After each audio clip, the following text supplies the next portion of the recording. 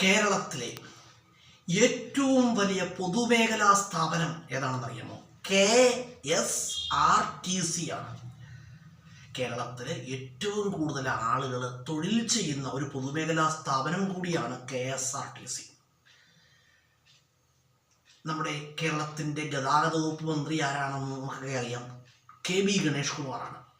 അദ്ദേഹം ഗതാഗത മന്ത്രിയായിട്ടിരിക്കുന്ന സമയത്ത് നിലവിൽ ഗതാഗത മേഖലയിൽ ഉണ്ടായിരിക്കുന്ന പുരോഗതി എന്ന് പറഞ്ഞാൽ വളരെ വലുതാണ്. അത്ഭുതാവഹമായ പുരോഗതിയാണ് ഗതാഗത മേഖലയിൽ ഉണ്ടായിട്ടുള്ളത്, അല്ലെന്ന് നമുക്ക് പറയാൻ കഴിയില്ല. അതായത് നമുക്ക് നോക്കിയാൽ മനസ്സിലാകും, ഒരുപാട് ബസ് സർവീസുകൾ അനുവദിച്ചിട്ടുണ്ട്. അതിനും ഉപരിയായിട്ട് യൂറോപ്യൻ രാജ്യങ്ങളെ വെല്ലുന്ന തരത്തിലുള്ള ബസ് സർവീസുകളാണ് നമ്മുടെ കേരളത്തിലെ നിരത്തുകളിൽ അങ്ങോളം ഇങ്ങോളം ഓടുന്നത്. അതൊക്കെ വളരെ വലിയൊരു കാര്യമാണ്.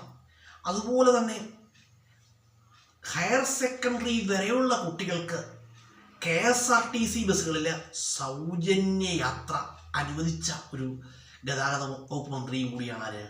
KB ഗണേഷ് കുമാർ. അതൊക്കെ വളരെ വലിയൊരു കാര്യമാണ്, അല്ലെന്ന് നമുക്ക് ഒരിക്കലും പറയാൻ കഴിയില്ല. ഹയർ സെക്കൻഡറി വരെയുള്ള കുട്ടികൾക്ക് KSRTC ബസ്സുകളിൽ സൗജന്യ യാത്ര, ഇത് വളരെ വലിയൊരു കാര്യമാണ്.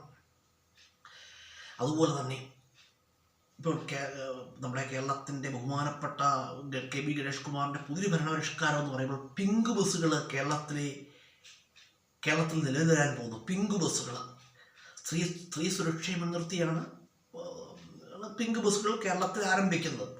പിങ്ക് ബസ്സുകളുടെ പ്രധാനപ്പെട്ട ലക്ഷ്യം എന്ന് പറയുന്നത് സ്ത്രീ സുരക്ഷ. അതുപോലെ തന്നെ പിങ്ക് ബസ് എന്ന് പറയുമ്പോൾ ലേഡീസ് ഓൺലി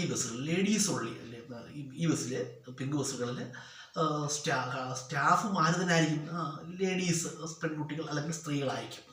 അത് ഇതിലെ ഏറ്റവും വലിയ പ്രത്യേകതയാണ്.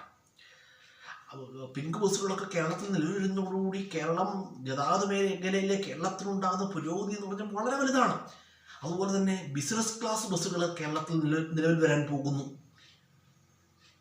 അതൊക്കെ വളരെ വലിയൊരു കാര്യമാണ്. ഇതുവരെ കേരളത്തിലെ നിരത്തുകളിൽ ബിസിനസ് ക്ലാസ് ബസ്സുകൾ ഇറങ്ങിയിട്ടില്ല.